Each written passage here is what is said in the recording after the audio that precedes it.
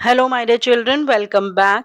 बच्चों, आज हम डिस्कस करने वाले हैं सीयूईटी 2022 का प्रीवियस ईयर का क्वेश्चन पेपर। एक क्वेश्चन पेपर 2022 का हम ऑलरेडी डिस्कस कर चुके हैं। आज जो हम क्वेश्चन पेपर डिस्कस करने वाले हैं वो है सेकंड शिफ्ट का। 6 अक्टूबर 2022 में ये पेपर हुआ था।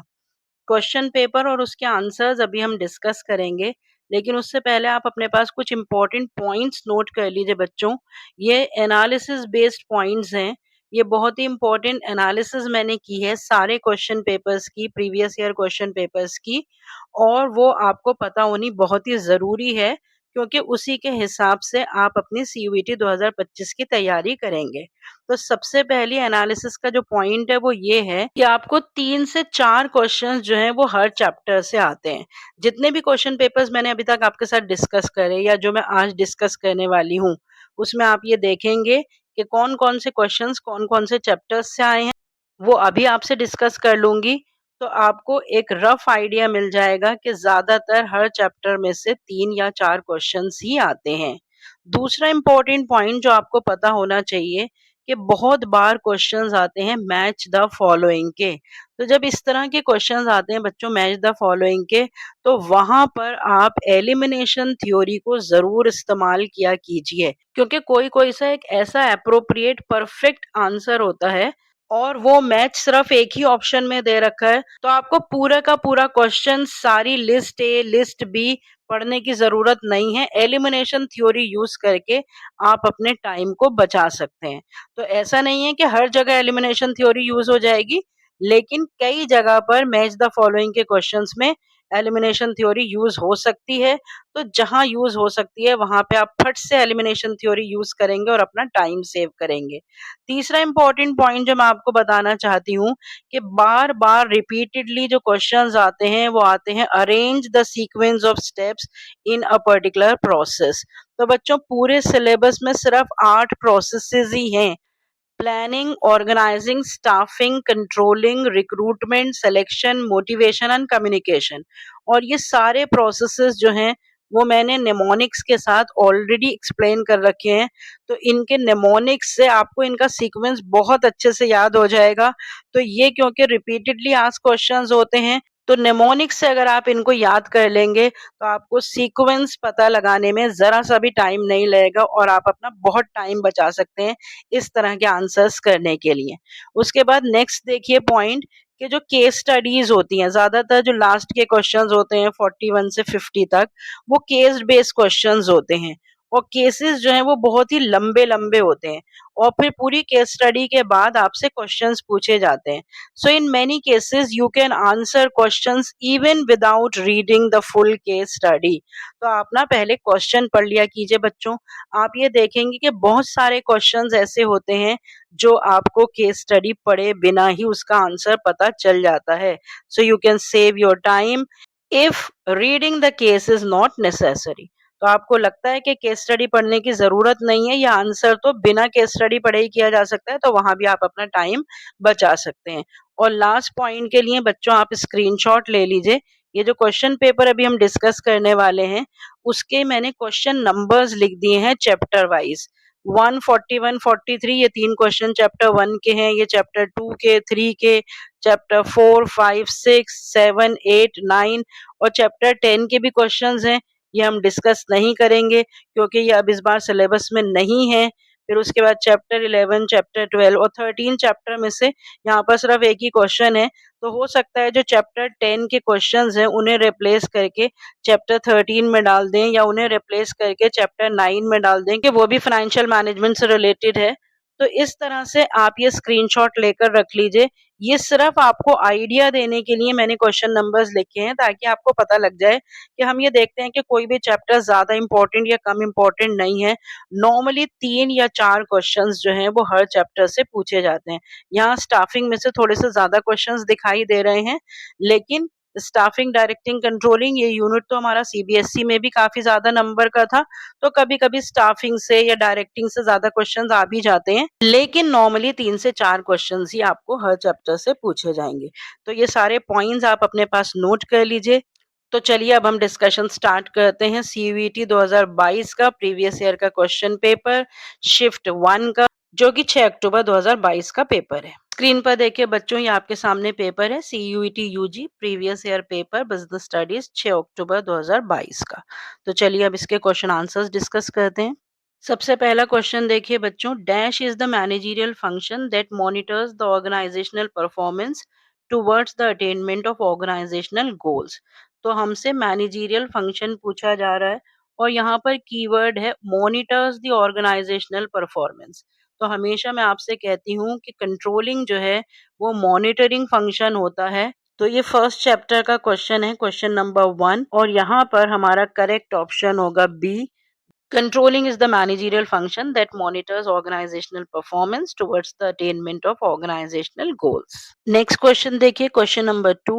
Dash is the scientific technique through which F.W. Taylor devised the concept of assembly line. और साइंटिफिक वर्क स्टडी के अंडर हमने time study, method study, motion study, ये सारी स्टडीज पढ़ रखी हैं, जिसमें मेथड स्टडी में जो है वो असेंबली लाइन का कॉन्सेप्ट आता है। मोशन स्टडी में अननेसेसरी मूवमेंट्स को एलिमिनेट किया जाता है। टाइम स्टडी में टाइम टेकन रिकॉर्ड किया जाता है और मेथड स्टडी में करेक्ट मेथड पता लगाया जाता है।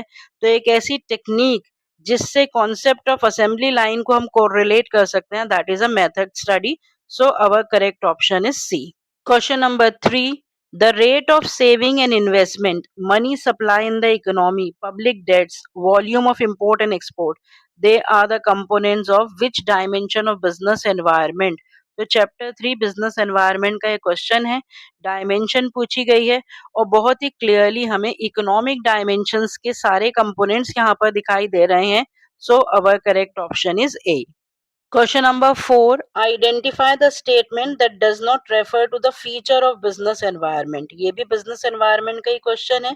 ये business environment के feature पे question है। Dynamic feature होता है, innovative नहीं होता है, totality of external forces होता है, specific and general forces होता है। तो B part जो है वो feature of business environment नहीं है। क्वेश्चन नंबर 5 देखिए, identify the importance of planning. Chapter 4 से क्वेश्चन है। तो यहाँ पर बहुत सारी प्लानिंग की इम्पोर्टेंस दे रखी है। हम केस स्टडी पढ़ लेते हैं तो हमें पता लग जाएगा कौन सी प्लानिंग की इम्पोर्टेंस की बात हो रही है। Mister Raj is the MD of the wrist watch company. He has systematically divided the work among all the departments to ensure clarity in thought and action, so that the work is carried on smoothly without any interruptions. बच्चों keyword जो है वो clarity in thought and action है। तो जहां पर भी clarity in thought and action होता है वो जब ही होता है जब ओवरलैपिंग और वेस्टफुल एक्टिविटीज जो हैं उन्हें एलिमिनेट किया जाता है। यहाँ पे कोई इनोवेटिव आइडियाज की बात नहीं हो रही है, कोई डिसीजन मेकिंग की बात नहीं हो रही है, कोई रिस्क एंड अनसर्टेनिटी की बात नहीं हो रही है। तो यहाँ पर हमारा करेक्ट ऑप्शन होगा ऑप्शन ए। क्वेश्चन नंबर 6 देखिए बच्चों, which type of structure is highlighted here. Organizing chapter का ये क्वेश्चन है। In a manufacturing concern, division of work into key functions will include production, purchase, marketing, accounts and personnel. These departments may be further subdivided into sections. तो यहाँ पर production, purchase, marketing, accounts, तो यहाँ पर functions के हिसाब से division किया जा रहा है। तो definitely it is talking about the functional structure. So our answer is B. Question number 7 देखिए बच्चों, ये भी ऑर्गेनाइजिंग का ही क्वेश्चन है। It is defined as the framework within which managerial and operational task are performed. तो एक framework जिसके अंदर सारे मैनेजरियल और ऑपरेटिव फंक्शंस परफॉर्म होते हैं, उस फ्रेमवर्क को कहा जाता है organisation structure. So our correct option is B. Question number 8. Identify the limitation of external sources of recruitment. Staffing पे से क्वेश्चन है। तो हम पहले केस स्टडी पढ़ लेते हैं। Vasu is a hard working employ in the organisation. He has been working as a junior clerk for the last 5 years. As Srinath, the senior clerk, retired, he expected to fill the vacant position. But instead of vertically shifting Vasu, the company appointed Raman as a senior clerk through the placement agency. तो यहाँ पर एक particular employ है जो सोच रहा था कि वो प्रमोट हो जाएगा, लेकिन उसे प्रमोट ना करके कंपनी ने आउटसाइड प्लेसमेंट एजेंसी से किसी को अपॉइंट कर लिया, जिससे जो इंटरनल वर्कर था Vasu felt demotivated and frustrated. तो यहाँ पर जो लिमिटेशन एक्सटर्नल सोर्सेस की बात हो रही है वो किसी लेंदी प्रोसेस की बात नहीं हो रही है, डिससेटिस्फेक्शन की बात हो रही है among Vasu, danger of inbreeding की बात भी नहीं हो रही है, कॉम्पिटिटिव स्पिरिट की भी बात नहीं हो रही है। तो जो लिमिटेशन यहाँ पर एक्सटर्नल सोर्स की हाईलाइट हो रही है वो है B part, that is dissatisfaction among the existing staff. Question number 9 देखिए, controlling function of organisation is. Chapter 8 controlling का ये क्वेश्चन है। तो क्या वो फॉरवर्ड लुकिंग होता है, क्या वो बैकवर्ड लुकिंग होता है? Both forward looking and backward looking होता है, neither forward looking nor backward looking, ये गलत है। तो एक्चुअली फॉरवर्ड लुकिंग भी होता है और बैकवर्ड लुकिंग भी होता है, तो अलग से ए ऑप्शन या अलग से बी ऑप्शन हम चूज नहीं कर सकते। तो क्योंकि controlling both forward looking and backward looking होता है, तो हमारा करेक्ट ऑप्शन होगा ऑप्शन सी। क्वेश्चन नंबर 10 देखिए, ये भी कंट्रोलिंग पे ही क्वेश्चन है। Identify the concept of one of the functions of management highlighted here. यहाँ पे कॉन्सेप्ट्स दे रखे हैं, control by exception, critical point control, controlling and key result areas. In a bulb manufacturing unit, the range of defective bulb is decided at 5%. Any deviation that goes beyond the permissible limit of the defect is to be brought to the notice of the superior. देखो, जब हम analyse करते हैं deviations तो दो important principles ध्यान में रखते हैं, critical point control and control by exception. Critical point control में ये बताया जाता है कि सिर्फ की रिजल्ट एरियाज पे फोकस होना चाहिए, और कंट्रोल बाय एक्सेप्शन में एक रेंज तय कर दी जाती है, अगर उससे बाहर हो जाता है कोई भी डिफेक्ट तो वो इम्पोर्टेंट होता है, अदरवाइज नॉट।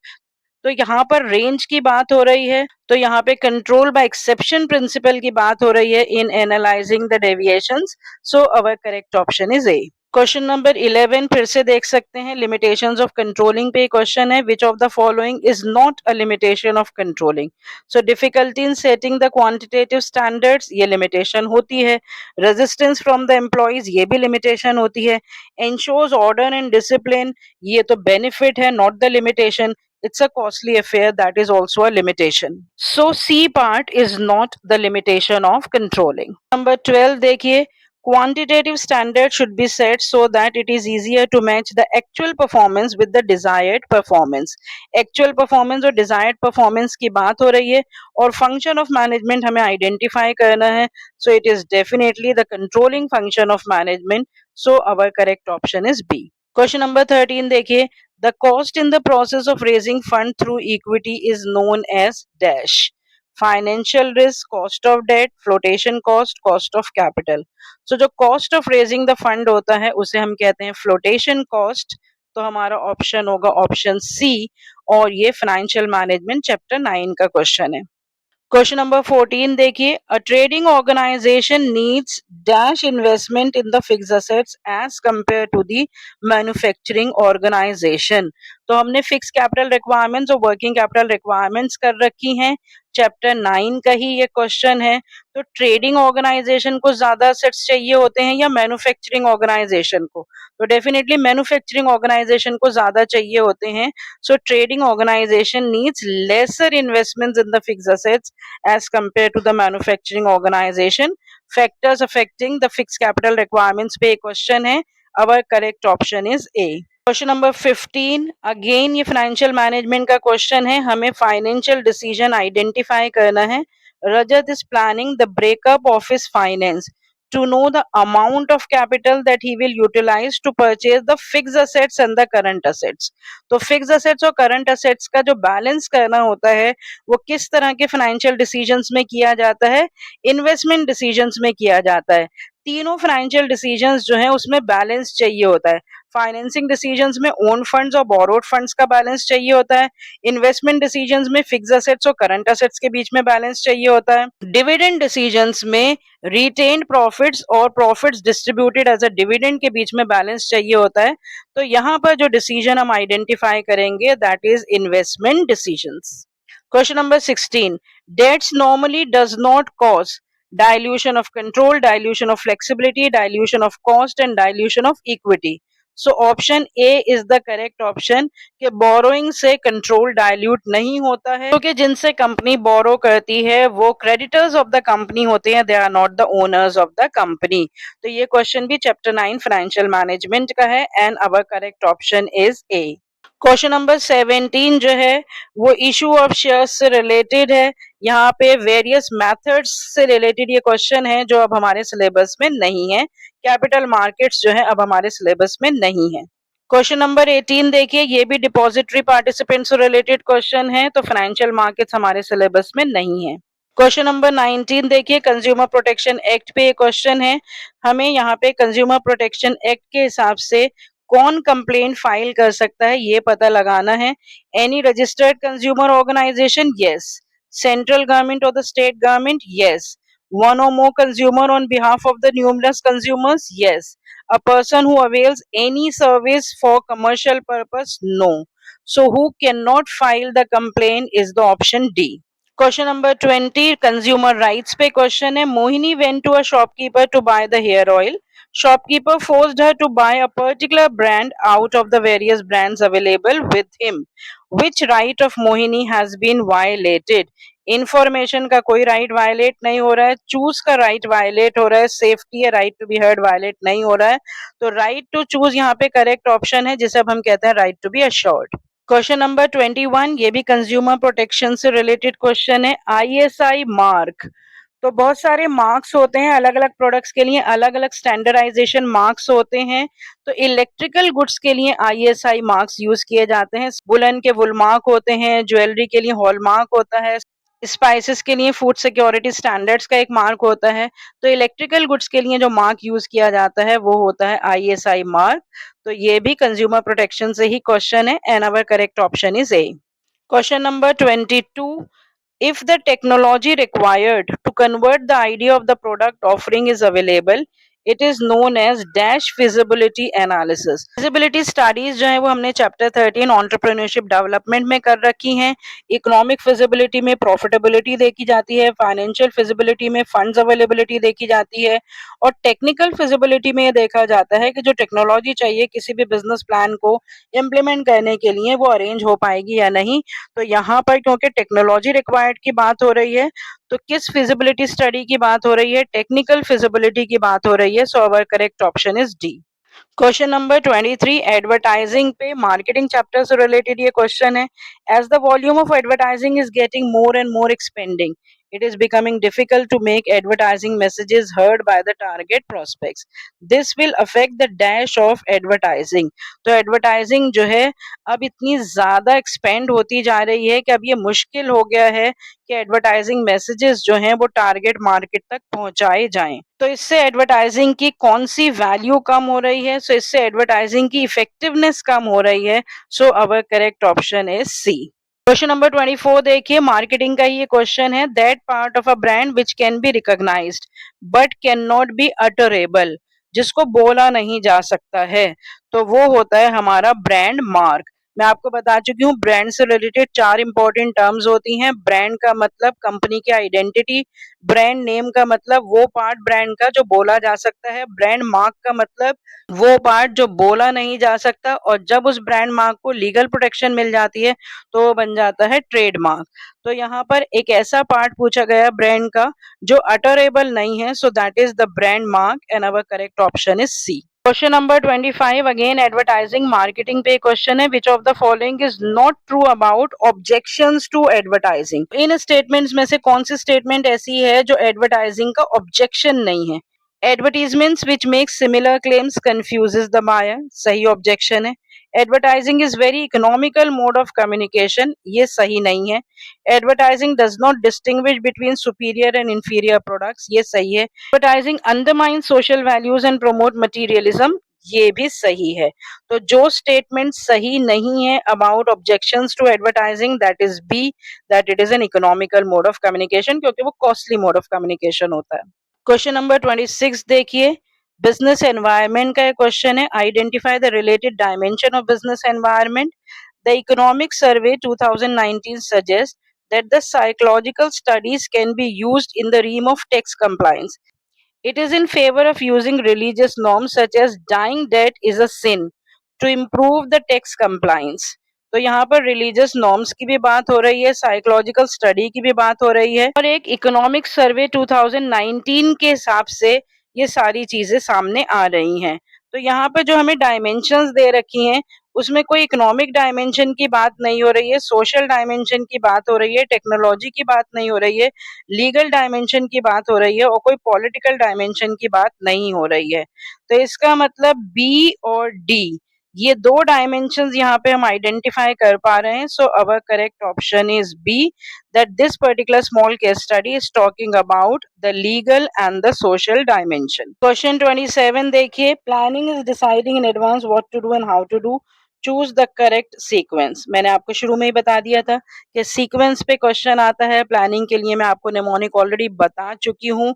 तो जो सबसे पहली स्टेज ऑफ प्लानिंग होती है उसमें सबसे पहले स्टैंडर्ड सेट किए जाते हैं और प्रेमिसेस डेवलप की जाती हैं। तो स्टैंडर्ड सेट यहाँ पे दे नहीं रखे हैं, तो यहाँ पर हमारा पहला ही स्टेप होगा डेवलपिंग प्रेमिसेस। सेकंड स्टेज जो है वो ऑल्टरनेटिव से रिलेटेड होती है। सबसे पहले ऑल्टरनेटिव्स आइडेंटिफाई किए जाते हैं, फिर वो इवैल्यूएट किए जाते हैं और फिर उसके बाद बेस्ट ऑल्टरनेटिव सेलेक्ट किया जाता है और लास्ट जो होता है वो फॉलो अप एक्शन होता है। हमारा ऑप्शन बैठ रहा है ए, डी, सी, ई और बी और ये ऑप्शन हमें दे रखा है ए पार्ट में ए, डी, सी, ई और B. So our correct option is A. Question number 28 देखिए, यहाँ ऑर्गेनाइजिंग प्रोसेस को सीक्वेंस में अरेंज करना है। तो सबसे पहले identification and division of work होता है, उसके बाद डिपार्टमेंटलाइजेशन, उसके बाद ड्यूटीज असाइन की जाती हैं और उसके बाद रिपोर्टिंग रिलेशनशिप एस्टैब्लिश किए जाते हैं। IDAE ये एक कीवर्ड होता है पूरे ऑर्गेनाइजिंग प्रोसेस के लिए। तो यहाँ हमारा करेक्ट ऑप्शन हो गया CDAB और ये ऑप्शन हमें दे रखा है बी पार्ट में। So our correct answer is B. Question number 29 देखिए, फिर से स्टाफिंग प्रोसेस का सीक्वेंस पूछा गया है। The organisation conducted in house training, तो यहाँ पर ट्रेनिंग है एक step. An advertisement of situation vacant was published in the newspaper, ये रिक्रूटमेंट है, ये है training. The selected employee was introduced, तो ये है इंट्रोडक्शन प्लेसमेंट के बाद।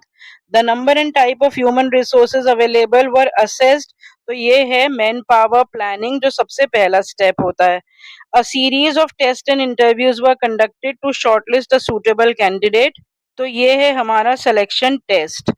तो यहाँ पर स्टेटमेंट्स दे रखी हैं, तो उन स्टेटमेंट से पहले आप ये आइडेंटिफाई करेंगे कि इनकी हेडिंग्स क्या है, फिर उसके बाद नंबरिंग कर लेंगे। सबसे पहले नंबर पे तो मैन पावर प्लानिंग की जाती है, फिर उसके बाद रिक्रूटमेंट, फिर उसके बाद सिलेक्शन टेस्ट कंडक्ट किए जाते हैं, फिर उसके बाद एम्प्लॉय को इंट्रोड्यूस किया जाता है और बाद में उसे ट्रेनिंग दी जाती है। तो यहाँ पर हमारा सीक्वेंस हो गया DBECA और ये सीक्वेंस हमें दे रखा है पार्ट बी में। So our correct option is B.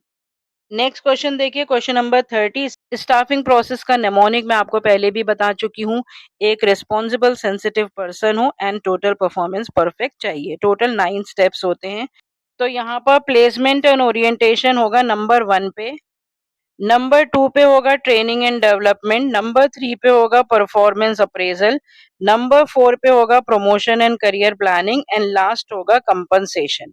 तो हम यहाँ देख सकते हैं कि सी से जो है हमारा एक ही ऑप्शन शुरू हो रहा है, तो यहाँ पर हम एलिमिनेशन थ्योरी भी यूज कर सकते हैं क्योंकि प्लेसमेंट एंड ओरिएंटेशन के बाद ही बाकी सारे स्टेप्स लिए जाते हैं।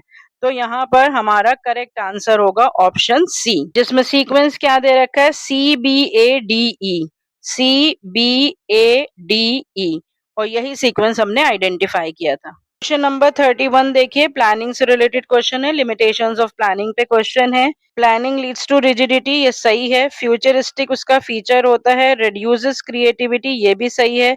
डज नॉट गारंटी सक्सेस, ये भी सही है। इन्वॉल्व्स डिसीजन मेकिंग, ये फीचर होता है। तो ए, सी एंड डी ये तीनों लिमिटेशंस हैं प्लानिंग की। तो जहां पर भी ये दे रखी है A, C and D only, तो हमारा करेक्ट ऑप्शन होगा B. These are the 3 limitations of planning. Question number 32 capital market का क्वेश्चन है, अब हमारे सिलेबस में नहीं है। क्वेश्चन नंबर 33 रिक्रूटमेंट पे, एक्सटर्नल सोर्सेज ऑफ रिक्रूटमेंट पे क्वेश्चन है। Which of the following are external sources of recruitment. तो डायरेक्ट रिक्रूटमेंट जो है वो एक्सटर्नल सोर्स होता है, ट्रांसफर इंटरनल होता है, कैजुअल कॉलर्स एक्सटर्नल होता है, कैंपस रिक्रूटमेंट एक्सटर्नल होती है, प्रमोशन इंटरनल होता है। तो यहाँ पर ए, सी एंड डी अगेन ये 3 सोर्सेज हैं जो कि एक्सटर्नल सोर्सेज हैं, तो A, C and D only, ये हमें ऑप्शन ए में दे रखा है, so our correct answer is option A. Question number 34 जो है सेबी पे है, ये अब हमारे सिलेबस में नहीं है।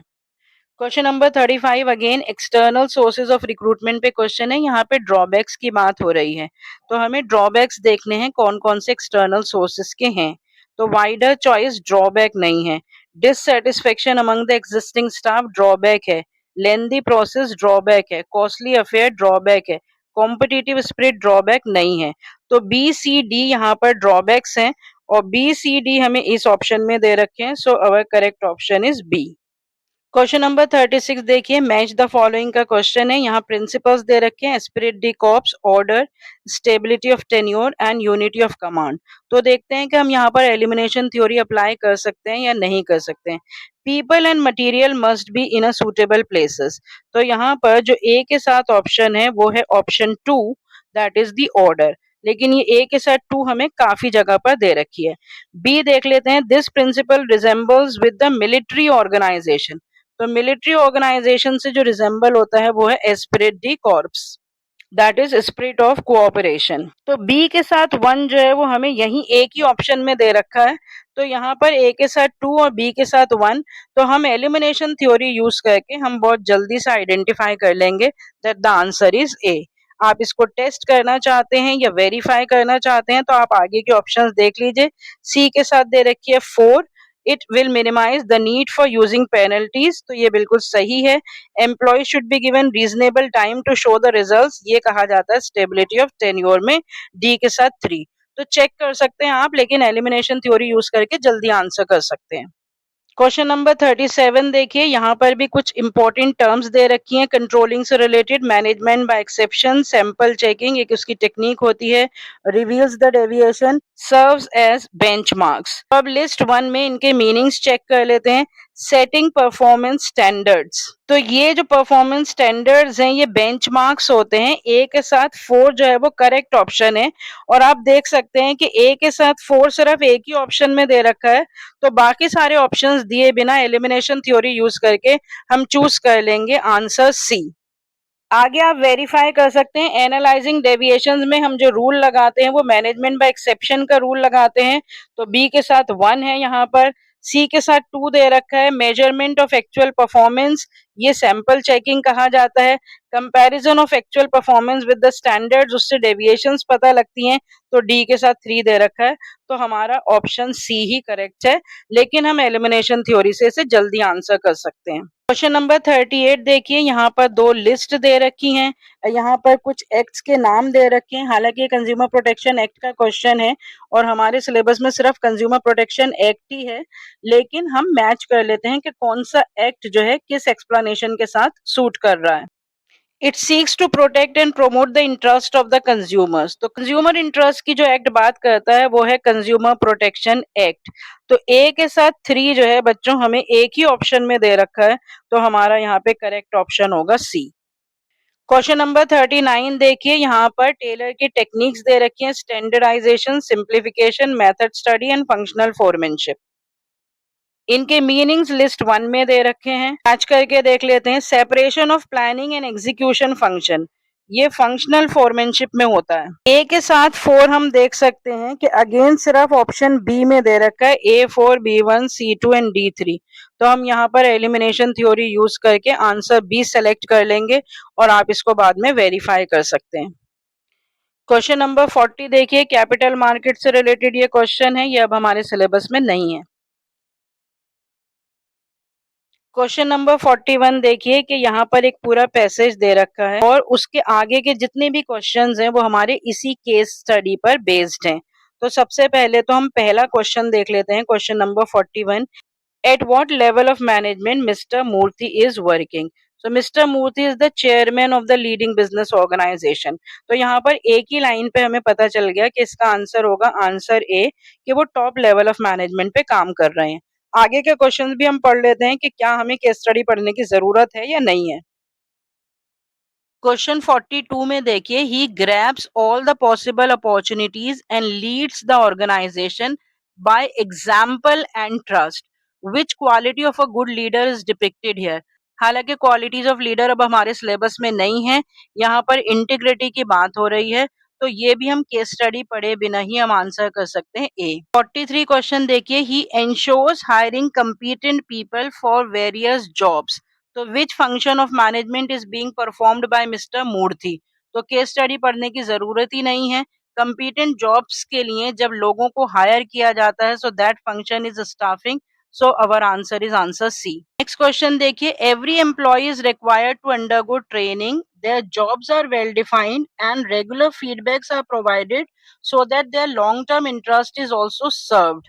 ये स्टेटमेंट डिस्क्राइब कर रही है एक स्टेप को in one of the function of management. Selection की कोई बात नहीं हो रही है, करेक्टिव एक्शन की बात नहीं हो रही है, प्लान इंप्लीमेंटेशन की बात नहीं हो रही है, तो परफॉर्मेंस अप्रेजल की यहाँ पर बात हो रही है, so our correct option is D. तो आप देख सकते हैं कि बिना केस स्टडी पढ़े एक एक लाइन जो हमें क्वेश्चन में दे रखी है उसी से हम आंसर कर पा रहे हैं। नेक्स्ट क्वेश्चन देखिए, he has also devised various ways to know the reaction of the employees. तो जहां पर कम्युनिकेशन में रिएक्शन ऑफ द एम्प्लॉइज की बात आती है, रिएक्शन ऑफ द रिसीवर्स की बात आती है, तो वो एलिमेंट होता है feedback, so our correct option is D. Next question, employees are offered shares at the price lower than the market price. तो जब एम्प्लॉइज को शेयर्स दिए जाते हैं मार्केट प्राइस से कम पर, तो वो जो ऑप्शन होता है, वो जो इंसेंटिव होता है, वो होता है स्टॉक ऑप्शन और को पार्टनरशिप। फाइनेंशियल इंसेंटिव यहाँ पे हमें आइडेंटिफाई करना है, so our correct option is B. Next question, employees are given individual autonomy and rewards for the performance. यहाँ पर हमें आइडेंटिफाई करनी है नीड। अब्राहम मास्लो की जो नीड हायरार्की थ्योरी है उससे रिलेटेड ये क्वेश्चन है, और जिससे इंडिविजुअल ऑटोनॉमी और रिवॉर्ड दिया जाता है उससे कौन सी नीड सेटिस्फाई होती है, एस्टीम नीड सेटिस्फाई होती है, so our answer is C. Next, all communication must be recorded and filed in the office. Which type of communication is best described in the above statement? तो जहां पर record maintain किया जाता है वो formal communication का किया जाता है, so our answer is D. Next question, employees were given individual autonomy and reward of performance, which non-financial incentive is highlighted in the above statement? So it is employee recognition, कि उसके efforts को recognize करके उसकी performance को reward दिया जा रहा है, so option is C. Last question देखिए, Mr. Muthi always motivates his team and introduce the number of motivational schemes. Which following skill is being possessed by Mr. Murthy? तो definitely mister Murthy की motivational skills की बात हो रही है, तो here the correct option is B. तो आपने देखा कि पूरे 10 क्वेश्चंस जो हैं उसके आंसर्स हमने कितनी आसानी से कर दिए, even without reading the case study. तो जहां पर आपको केस स्टडी पढ़ने की जरूरत पड़े वहां आप पढ़ेंगे, वरना आप जो इंडिविजुअल लाइंस दी होंगी क्वेश्चंस में उसी को पढ़ के आप परफेक्ट आंसर कर सकते हैं। तो सारे इंपॉर्टेंट पॉइंट्स जो मैंने आपसे शुरू में ही डिस्कस किए थे कि मैच द फॉलोइंग बहुत आते हैं, प्रोसेसेस को सीक्वेंस में अरेंज करना बहुत आता है, केस स्टडीज पे ऐसे क्वेश्चंस आते हैं जिसके लिए केस स्टडी पढ़ने की जरूरत नहीं होती है, और 3 से 4 क्वेश्चंस हर चैप्टर्स के आते हैं। तो ये सारी टिप्स जो मैंने शुरू में ही क्वेश्चन पेपर के डिस्कशन से पहले ही आपको दे दी थी, वो टिप्स आपको हमेशा ही ध्यान में रखनी है, उससे आप अपना सीयूईटी 2025 का पेपर बहुत इफेक्टिवली और बहुत एफिशिएंटली परफॉर्म कर पाएंगे और 100% मार्क्स डेफिनेटली स्कोर करेंगे। So see you next time with a discussion of some more tips and some more practice for CUET 2025. Till then, goodbye, stay healthy and connected.